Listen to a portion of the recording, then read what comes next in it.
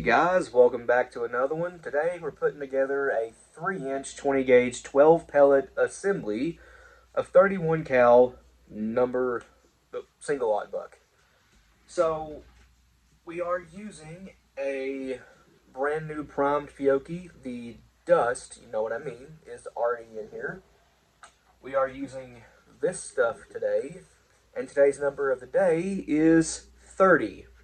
This is going to get about 1180, 1200 FPS with a 12 pellet, again, assembly, you know what I mean, of single aught buck 31 cal.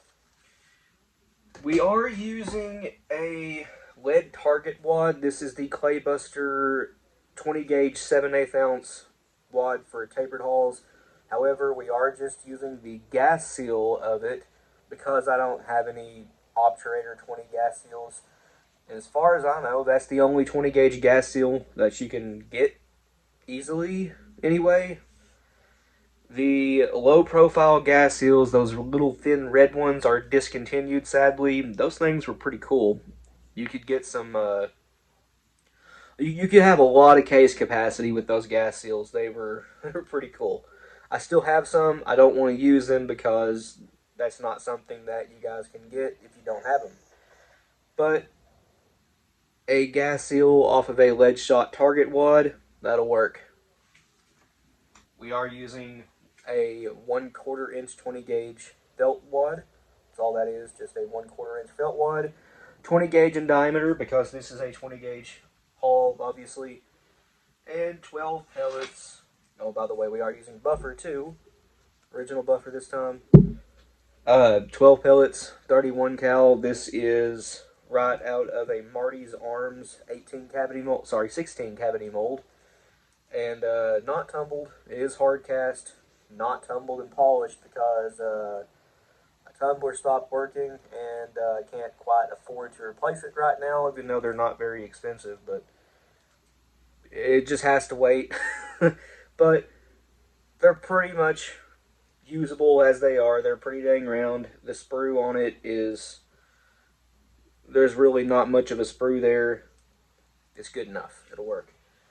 Me and Josh shot one of these yesterday, not on camera, but we fired one yesterday at 40 yards through a, well, to be honest, I really ain't sure what choke it has, but it looks like a full, and it kind of hits soda cans and water bottles and stuff like a full wood at close range. Real small pattern at close range. But anyways, 40 yards. This had about a 20-inch spread, so I call that pretty good. Like Matt Tyree says, if you got a pattern under 20 inches at 40 yards, you're pretty much good to go. And this had that.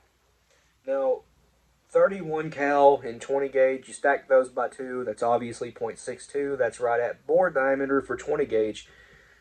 You can think of it as the same thing as putting triple aught buck in 12 gauge. Those are 36 cal, you stack those by 2s, it's 0.72. Well, that's pretty dang close to 12 gauge bore diameter.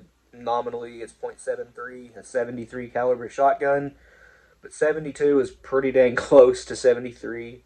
So the way I look at 31 cal single aught buck and 20 gauge is no different than putting triple aught buck, not single aught buck, in 12 gauge. But last component besides the buffer, again, I'm using the original today because that's what I just have sitting here. I prefer the BSB, which I have over here.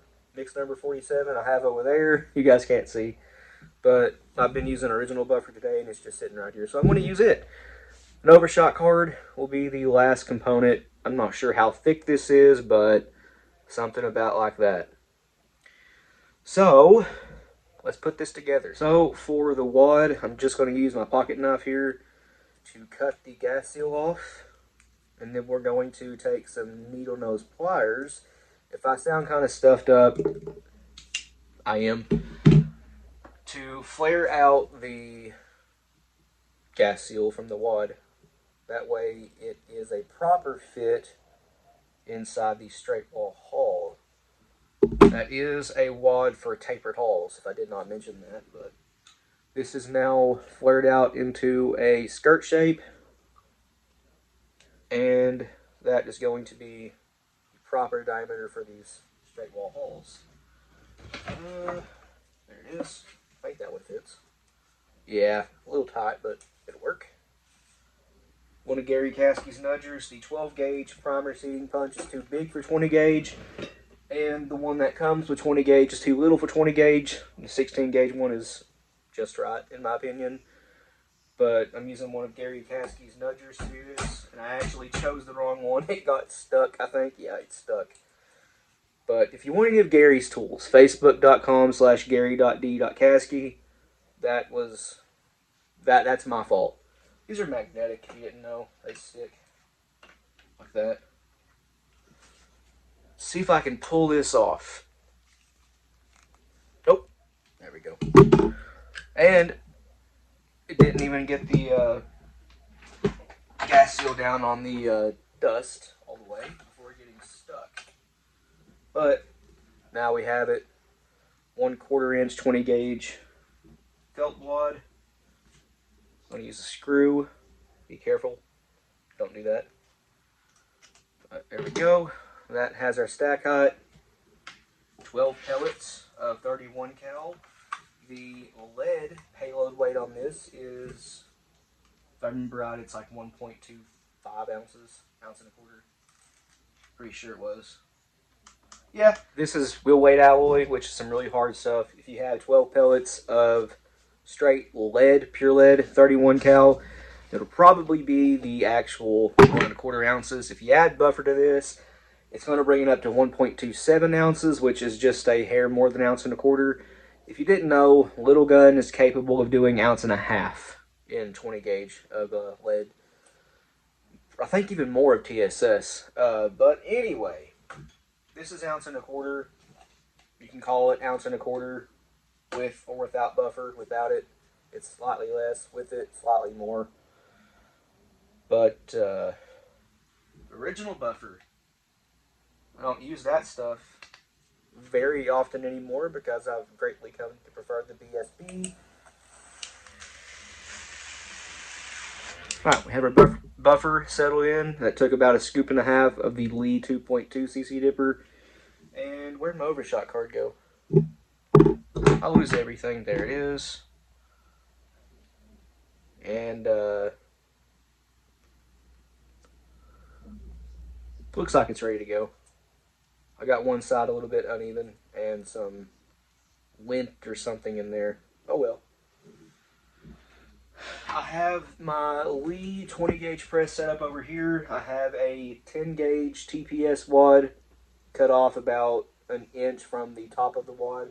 Slid up in the front pre-crimp tube, which is the 6-point station, because the 20 gauge Lee load-all and the 16 gauge Lee load-all both have an actual 16 gauge pre-crimp, and if you go a little bit too deep or a little bit too quick down with the 20 gauge Lee load-all, it can actually bell out the top of the 20 gauge case, and you get some pretty weird looking crimps, but that's what the 10 gauge TPS wad's there for. It's going to put more grip on that 20 gauge hull, keep it center. That way the 16 gauge pre-crimp tube is closer to an actual 20 gauge tube. Anyway, I hope that made sense. If not, I am really sorry. But there you go. You can see a really nice pre-crimp on that. And that's what that does right there. It gets the crimp ready for the final crimp. It creates a crease all the way around the top of the hull for the final crimp to step down into. And this should look like a really professional looking shell when we're done. So take it over to the 20 gauge press and final crimp that. So I do want to mention something. This is 1.25 ounces moving about 1200 FPS. Probably more if you have like a 28-30 inch barrel. The thing we were using only has, I think it's 26 inches. It was a Savage Model 24H 20 gauge underneath a 22 Magnum barrel, so that gun was a little heavy, and I think it only had a 26 inch barrel. However, when I shot this, it felt just like a 12 gauge. Again, this is 1.25 ounces, moving pretty quick. So naturally, this is not going to have light recoil like most people who hunt with 20 gauge go towards. A lot of recoil. No, this is going to feel just like a 12 gauge because it's basically a 12 gauge assembly. To make that shorter and more comprehensible, this is ounce and a quarter at 1200. It's going to kick like a 12 gauge. Don't expect 20 gauge recoil out of this because that ain't it. But also, at the same time, it's still only ounce and a quarter at 1200. The recoil is not bad by any means. We're used to shooting 3.5 inch 10 and 12 gauge. To us, this shell, I mean, we could probably shoot those one-handed like a pistol all day long. There's just not a lot of recoil there. But for the people that are maybe recoil sensitive, maybe you're a little bit older, you can't take heavy recoil, shoulder injuries, whatever it may be, just don't like heavy recoil, this shell is not something you're going to be interested in, I don't think. Because even for people like us, when you think 20 gauge, this shell kicks harder than you would think. But if you want to put this in 2 3/4 inch, I would suggest using this stuff, 18, 19, excuse me, 18, 19 of it. Keep everything else the same and go to 10 pellets.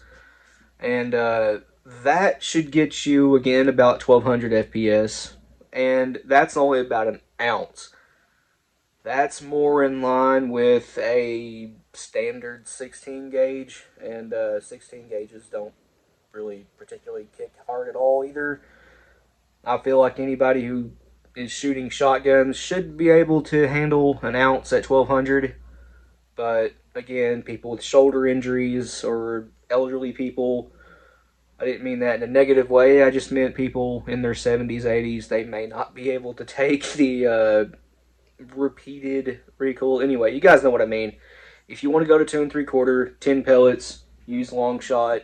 Number of the day, 18, 19. Keep everything else the same. That's a good one. One last thing before I sign this off, though. If you have the Obturator 20 gauge gas seals, use those instead. I'm only using the Claybuster, I don't know that wad's name, but white 20 gauge wad for tapered holes. I'm only using the gas seal off that because it's what I have. I don't have any Obturator 20s. If I did, I'd be using those instead. But this is an exact duplicate of what I fired yesterday. Had a really dang good pattern out of it.